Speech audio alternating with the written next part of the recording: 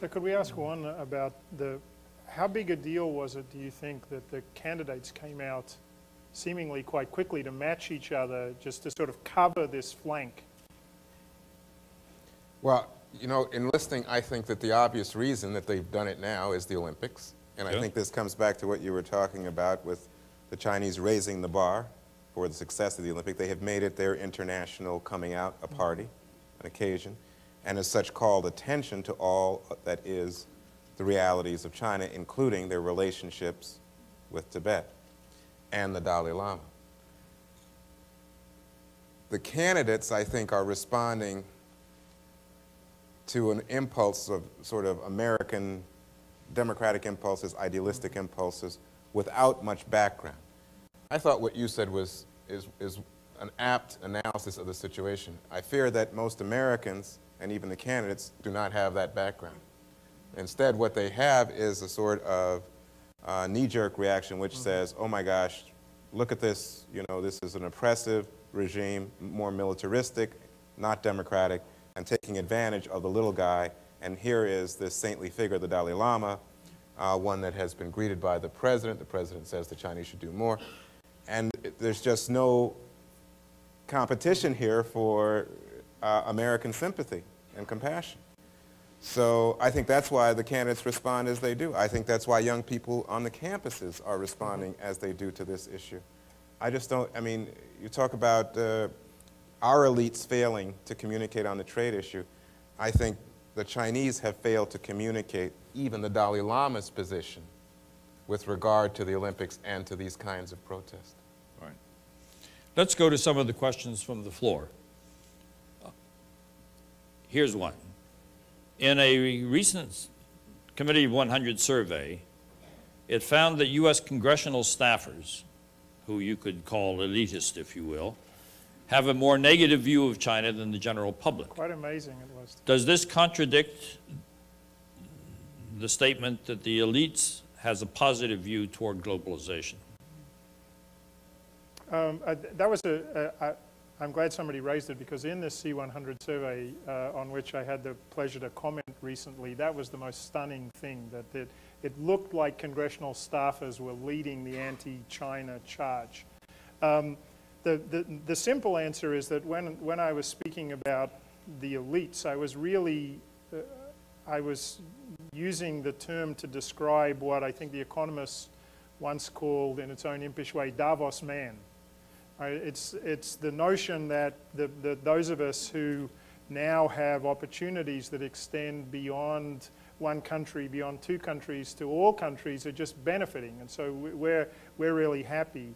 That's what I meant by elite. I meant the you know, Fortune 500 boardroom kind of cliche, or Davos man, whatever you want to say. The congressional thing is interesting. We'd have to go back and deconstruct the survey, but I think the important question is, why is this anti-China sentiment coming out of Congress and not out of the executive branch? And it's interesting, I think it's a more interesting question to ask, because it's true both in political relations and in economic relations.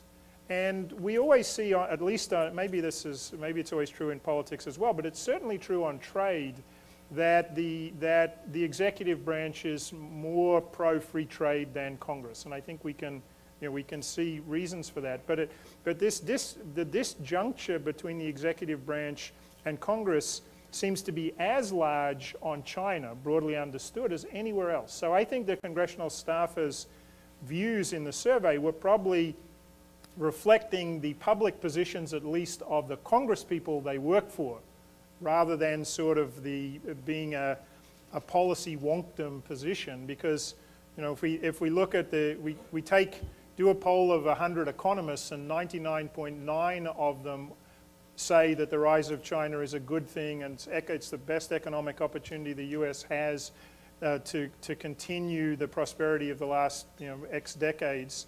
And the 0.1, of course, gets excommunicated from the economics profession if they disagree. So I think that on the pure globalization side, there's just this increasing disconnect between the people who know they benefit and the people who are concerned.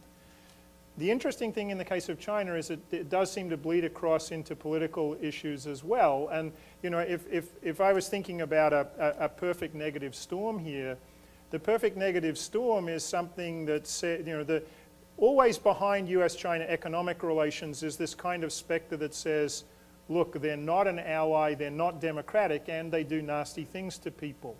So you turn up the heat on the economic relationship at the same time as you turn up the heat on the political relationship. That strikes me as being a potentially quite dangerous one. And on that score, I think the comparison the easy comparison to make, which is not, which might still have a point to it, is to compare Japan in the late 80s to China today. All right, the US was very worried Americans were very worried in the 80s that Japan was taking over the world there. And not only was there a big trade deficit, et cetera, but they're buying up Rockefeller Center, et cetera. In that environment, there was it took a long time for Americans to accept Japanese foreign investment in the US. Japan was a stable ally of the United States and it was democratic. Contrast that with China, which is not an ally, not democratic, much bigger than Japan, and probably extremely unlikely to go into a 15-year economic funk the way Japan did to do away with this problem. So I mean, it's a long-winded way of just saying I think that the vulnerabilities here, the vulnerabilities of the US-China relationship because of broad-based public concern are really quite high, and it just comes to my mind, it just does come back to the leadership issue. Somebody's got to do a better job of explaining this to the